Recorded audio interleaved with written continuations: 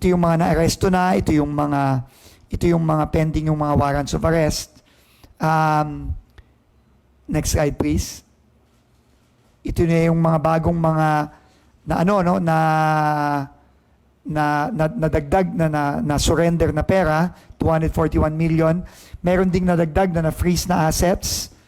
20 billion na ang frozen assets as of December 19. Ito yung breakdown. Tuloy-tuloy pa rin ito. Wala tayong tigil dito. At tingin ko ang ombudsman magkakaroon ng mga announcement very soon. Next slide please. At alam nyo naman, may mga bagong mga sasakyan na naman na nakuha.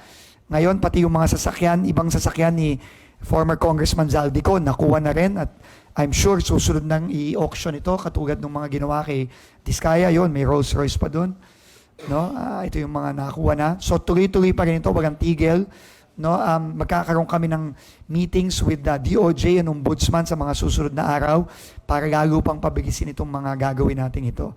At finally, gusto kong i-announce lang na on January 20, ako'y magtitistigo sa Sandigan Bayan sa trial ni former Congressman Zaldico. So, I don't know kung ano ang rules ng Sandigan Bayan dito, kung ito ba ay open.